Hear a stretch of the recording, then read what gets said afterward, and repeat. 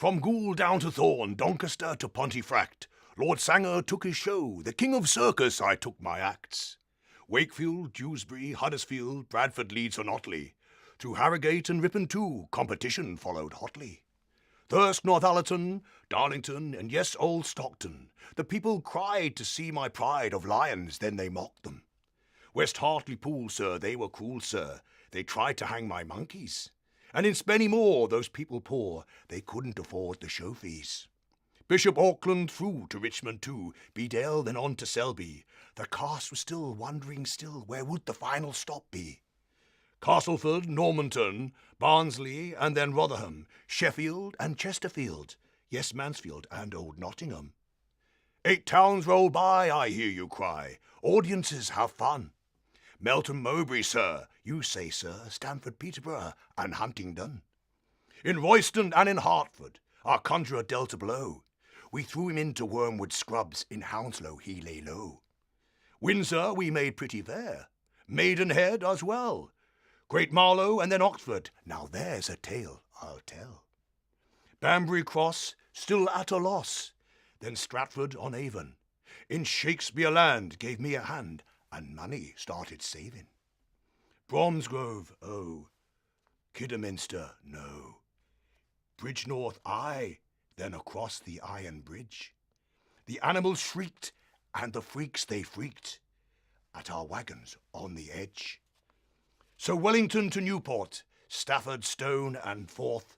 Newcastle, not time, it didn't rhyme, I fear was far too north.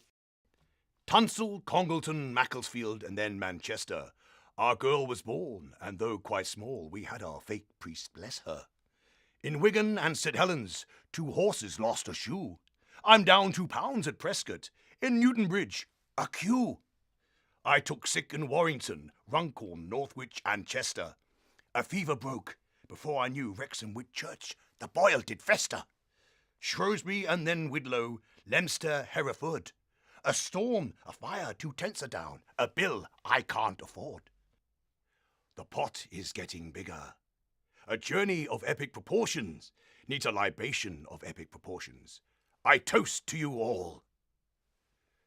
Sir, if you wish to kill a circus, may I suggest you go straight for the juggler.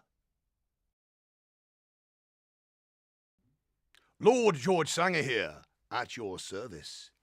70 years a showman, and whilst travelling with my show, the greatest show the world has ever seen, I have one story to tell, a story so extraordinary that sane men have been seen to quiver. Women and children wail at the telling of its detail.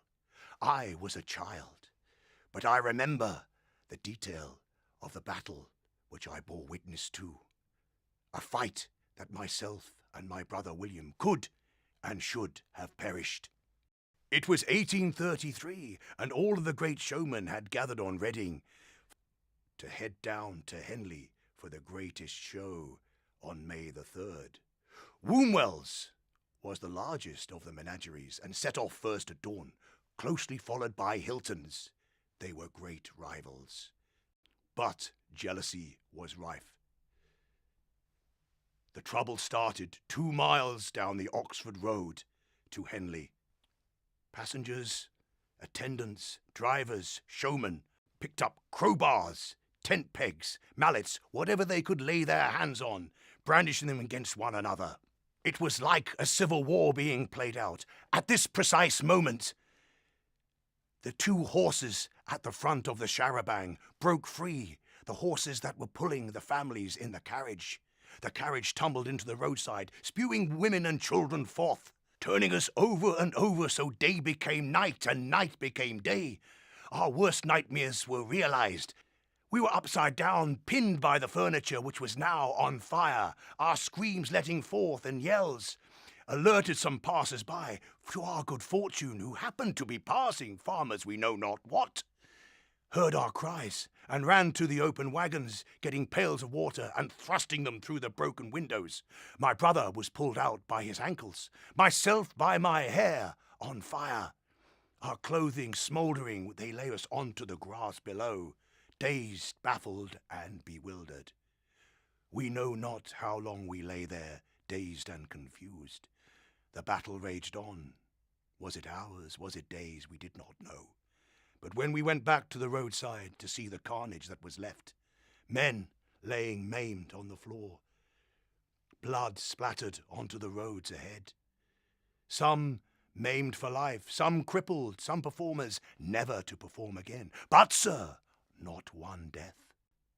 There was certainly no performance that night at Henley of any description, but the paying public would have paid their life savings to see the performance of the night before, sir, that I assure you.